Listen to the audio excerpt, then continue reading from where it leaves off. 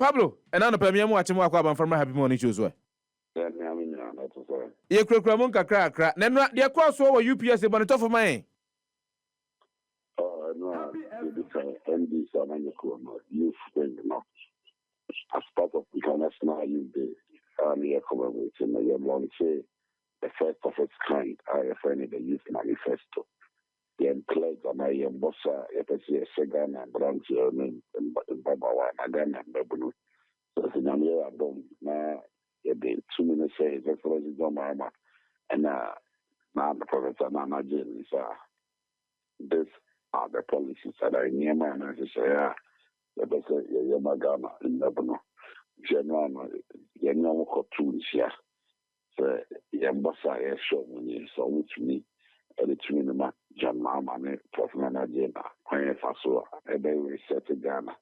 Now, I uploaded the Ghana we all want. Now, I need to go to my But let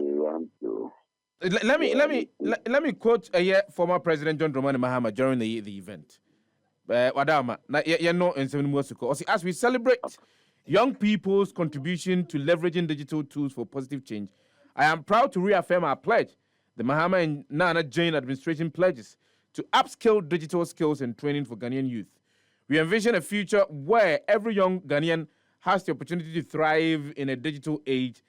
And that is why we are committed to supporting digital startups and incubation hubs and training 1 million young Ghanaians in coding. What informed this particular policy, Pablo? Yeah, I should be maybe another team was on ICT. And now international youth team was on ICT. And I'll share the and you have to make on that. There is a new space it creates so much job. And the good news is that with the ICT jobs, you don't even have to be physically present in the location. We're looking at my remote, we're looking at the BL, once you have access to internet, and over Kaya, a man of the Nana only fiber optic was right from Accra to Boko to begin the ICT. With the for ICT and how to put Ghana back onto the ICT map. We will see Accra Digital Center. And the idea behind the Accra Digital Center, any data center, nothing see Accra, was to become the beginning of building of various technological theme parks for Ghana, where we could train coders. So this idea did not just come; it was something as part of a bigger vision. And so we training 1 million coders. And what it means is that when the Ghana action, you can get various people to work in various locations around the world, like this call centers around the world. All most of these big organizations that they are call centers, the call centers are scattered all around the world. And because already the public sector is choked, we needed to create space for people into the private sector. And with these ICT jobs, all you need is a laptop and internet. But you have it at my age. And so to train 1 million people, it opens them up to get jobs across the world. And Ghana sits on a very peculiar time frame. The GMT Neotosono, Greenwich Meridian Neotosono. So when it is morning in Ghana, it is morning in London. When it is morning in Ghana, it is midnight in China. When it is midnight in China, it is night in Ghana. So you can work around the clock in Ghana, 3 different shifts. 7 3 different was reaching out to America, South America, and parts of North America area. At night, you can serve the Asian market, which will be morning there. And then in the morning, you could be working alongside the UK. So even the 24-hour economy in Ghana, it also fits into our coding jobs here in Ghana. And imagine 1 million young people are trained as coders. Look at the unemployment rate. It frees the space. And with coding, you don't need university education. Once you can go and learn your ICT, and you know that most people who even venture into ICT, not all of them go through university education. Right after secondary school, they find their way into this coding and this economics and computer and ICT institutions. And before you know, they are earning. And ICT and our fiber security offers many opportunities, and it's part of the high-paying jobs around the world. These data centers, you can source data from anywhere in the world and process it locally, and then send it back and get the job done and get paid. And so this is the vision of President Mahama. In 2020, it was in the manifesto. In 2024, it's in the manifesto. It was in 2014, 2015, when he was laying the fiber optic cable. These were some of the things he spoke. So these are the things he intends to do. Have we thought of the cost implication? Because if it's been in the NDC's manifesto 2012, 2016, 2020, then money bubu a kaya bebo to train the 1 million Ghanaians and what we are going to get from it. It comes virtually at no cost. Looking at the returns now, we're building ICT centers across the country. The rationale behind the building of the ICT centers and laying of the fiber optic cables across the country was to get these young people ready for the market ahead. So that when the ICT centers are built, it will just be a source of training them. It becomes a platform for training. In every district, we built an ICT center. Fortunately, because they did not share in the vision. Because the idea was that right from secondary GHS, almost post-school, they can go to the ICT centers and start learning the coding. So like I said, it comes at no cost. And when no cost, that means the own care cost, yeah, but it significantly what you earn after the revenue that it will generate to the states, will far outweigh how much cost now you're in care. And that is why we're focusing on it. And so we have laid the fiber optic cable so that 4G, 5G technology could be made available and also cheaper internet. Then two, government is providing the ICT centers and equipping them with internet access so that we can use those incubators and our hubs to train some couple in. It is a vision we share, it is a vision we are bringing back. So Pablo, Ghana for you to be BRC kakra. And see, say policy way bar. I know say number one, economic empowerment. Inti ena impempinwa sir and way. And sometimes to also take a critical look at some of the economic indices of unemployment amongst the youth, around 14.7%, is clearly understandable. But in the long run, what really will be the focus? After ye training emufra 1 million every, what is the next step for them? What can that is why we built the Accra Digital Center. And we're building after the Accra Digital Center. The vision was to build 2 additional technological theme parks. One in the middle belt and the one in the north. How many? 3 technological theme parks. One in the south, one in the middle belt, and then one in the north. Okay. And the idea was that government was going to source for these data jobs and call center jobs around the world, bring them down, and then also outsource them and sublet them to local contractors. These local contractors will now employ most of these young people. And apart from that, what this also does is that it opens up young people to go out there on their own and get jobs. There are a lot of people in this country, they go online, source for these internet jobs, and then they are working in their homes and are earning so much because they're aiming. And so the more you train them, there is a big market out there around the globe. And now the world is a global village. You don't have to just work in Ghana. And so there are bigger companies in Ghana. There was a company, I don't want to mention the name, but it was doing insurance by net, not on the internet. And it was going around sourcing jobs from America, data claims, insurance, and they were processing it all from Ghana. And I'm not very home. And so there are so much opportunities in the ICT space. And then India exports so much of the microphone into America. In every big American organization, every child is not less than 10, 20 Indians. I'm not money on my ICT department. And we know ICT is the future. Because every day there are jobs coming. With AI coming up, artificial intelligence coming up, that is where the world is going.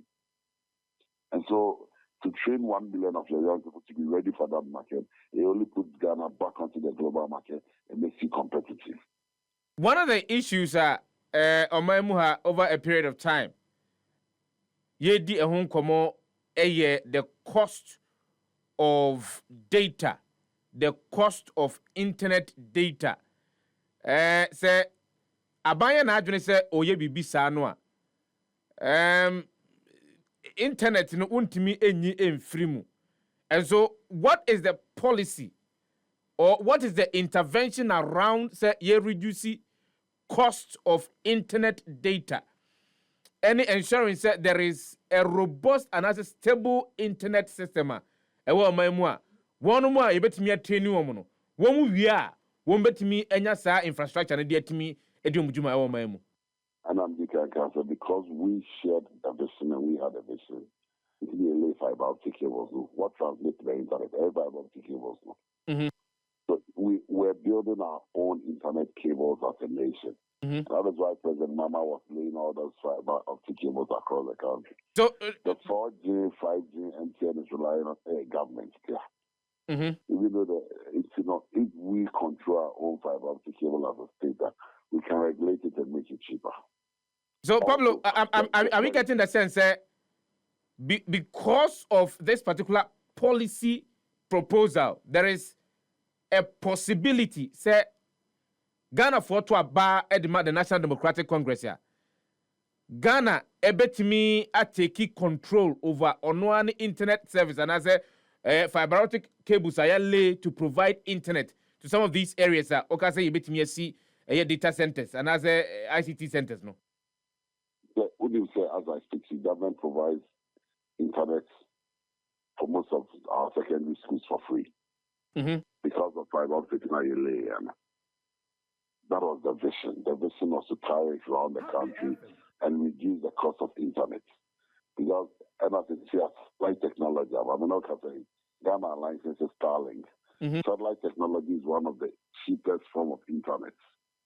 Government has just licensed Starlink to operate satellite. There are various other satellite companies who want to come into Ghana, but the legal regime was not there. It's been passed now. And the reality, and so President Mama promised that he's going to work with the telcos to reduce the cost of data. Because it is data that drives the internet. It is data that drives ICT. So you cannot have high data cost, inconsistent internet, and expect that the ICT will get to the level now that's all the corner. And so I assure you that we will continue with our operations of finishing the fiber optic cables across the country and push for the reduction of data. Regulatory. That is what the NCA should do. And we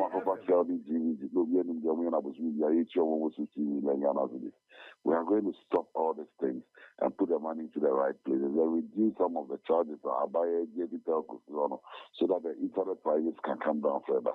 It can be done, and we are going to do it. Quick two questions, Ansani, the competition of the council. Baku has got to do with one of the promises His Excellency former President John Dramani Mahama ameki say emabuna wa moko suapon suku mu first year level 100 no ya dia say Ghana for to abama no December busumi yimu a wo ba 2025-2026 academic year no level 100 for moko school nyina be school free. Some believe say a populist promise and a former president are making. But actually, let me explain. And yes, no fees stress for academic user fees. Direct cost, this year, 124,000 in the rural school.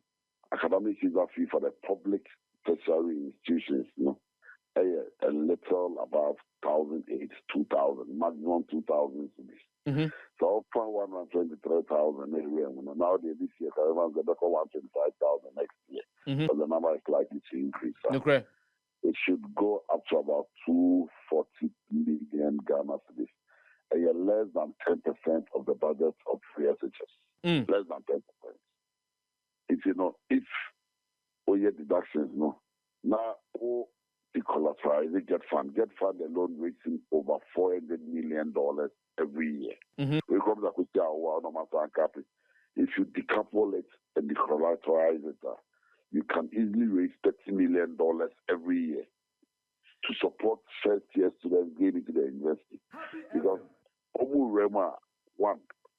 hostel fees, the cost of entering into universities is always high. So user fee and more they register and some almost settle government says I'm going to support you to go through that process. By second year now then you can now apply for the other applier who must apply for student loan. So it becomes a challenge. And then I'm saying we not go for the brains of the social media. The now 80s we go school for no. But 2,000 to be spent on. And so our cost now, government is going to absorb it for them. Whilst they apply for the student loan, they will do the second year and the third year, and they'll be having access to the student loan, and they can use the loan to pay for such charges. But the cost involved is less than 10% of how much we are spending on free SHS. So just to confirm, any school fees, academic user fees. Academic user fee. The young man who's professor, actually, okay, for academic user fees. Academic user fees. And that is what allows you to register as a student of the university. Okay. You see, that is what we promise. You see, we are not making lofty promises because we want power. We are speaking to data and science and what is feasible and what is realistic. And that is what we said. And we've shown how we are going to fund it. We have done the costing, we have looked at the numbers, and we know how much it's going to cost us. Final question will be, how important is the Ghanaian youth to the National Democratic Congress? Yesterday, our commitment for the first time in the history of this country, a political party, together with flag bearer and his running mates, sits in a program with the General Secretary of the party, the National Chairman of the party, whose representative was there, to commit itself and make a pledge, a social contract with the Ghanaian youth, and put young people on that platform there. They should speak to whatever the issues are and make promises, and let the flag bearer confirm. We may not find subjecting to questions and answers. Square. Said they are going to defend the that alone shows commitment, and that alone should tell us the Ghanaian youth is at the center of what the NDC wants to achieve in the next government. Pablo, my was in another place, Wajipini, na Ahona Chinya Pusuhuma, Wajipini, when you bet you